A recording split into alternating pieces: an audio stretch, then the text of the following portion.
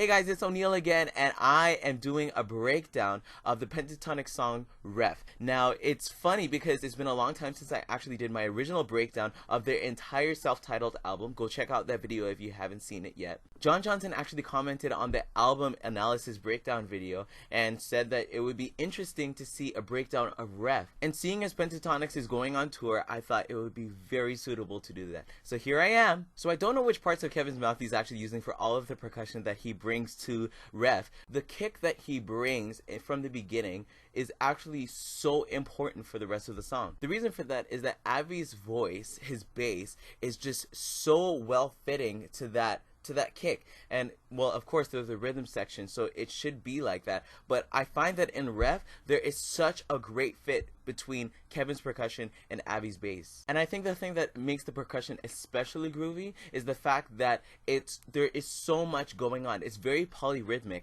but it's understated polyrhythms. So if you don't know what I mean by polyrhythmic, I mean that there's a lot of rhythms going on at the same time. And from the beginning of the song, we also get the chord progression. We have like an E flat chord, and then we have a B flat minor chord to the B major. Well, that's really the basics of the basics, but that's the basis of what's going on in the song. I want to say it's Scott and Mitch's voices that are actually doing the wah wah wah wah wah wah wah wah, and from the get-go you actually get a little bit of what will happen later, because Kristen adds her voice, which actually brings the third of the chord into all of those chord shapes. Now, I love Scott's falsetto. Like, I can't describe how much I love his falsetto, but I love it even more in the context of the way that he hit it for his verse on Ref. Maybe I got just a little too much pride. Like, it's very I don't know, I don't even know what to call it. It's full of attitude, but it's also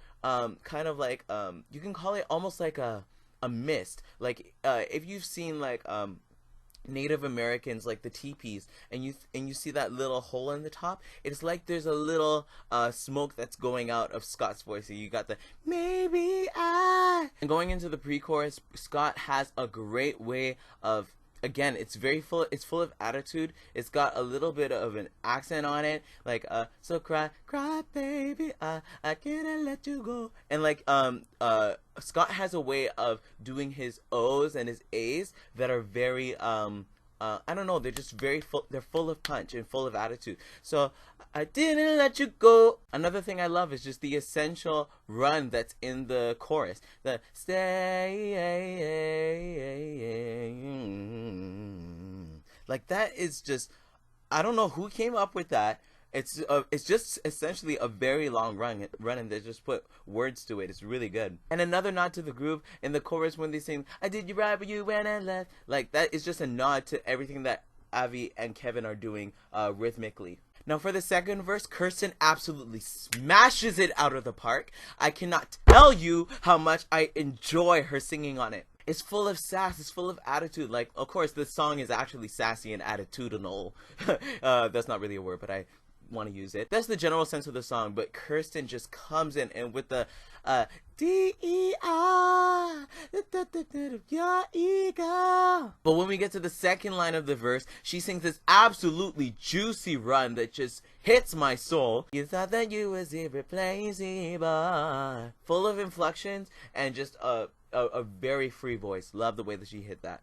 Now heading into the breakdown, or a vamp, I don't even really want to call it a bridge because they're using the same chord progression. Scott comes in first for the I bet you're thinking that I won't take you back, and then there's a second voice that comes in. It's either Scott or Mitch that maybe is on the bottom. Abby comes in on the bottom, not having that, and then Kirsten comes in on the top when they're singing I won't be taking you back. And like I want to say that Scott and Mitch, there's kind of a mixing thing that's been going on. So like Scott and Mitch were both singing the main melody, the I won't be taking you back, and they just mixed it really well. I don't know. So yeah, but we have that breakdown section, and then Abby comes in with this amazing it's almost like it's something that you would find in like this stock library of like a production software, and then you would find this one voice that's like, Ref, play it back, but it's in Abby's voice, and they just had that. It was amazing. Then in the recap of the original groove, we have a little bit going on between Kirsten, Mitch, and Scott, where they're doing the I bet, and then my favorite part of the entire song, where they have like this little movement that goes on. Love that. And then Scott comes in and he adds what is the seventh of the chord. They make this nice E flat minor 7. And what inversion is it? 4/2? Yeah, because the 7th's on the bottom. Then we get into the last chorus and then the song is out. Man, this is just awesome. I absolutely love it. I think this is one of, if not my favorite song on the entire album.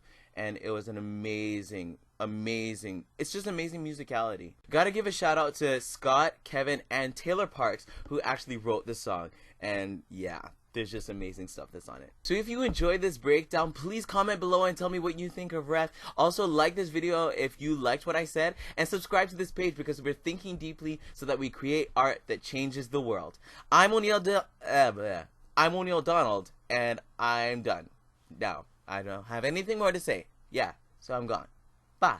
I'll see you later.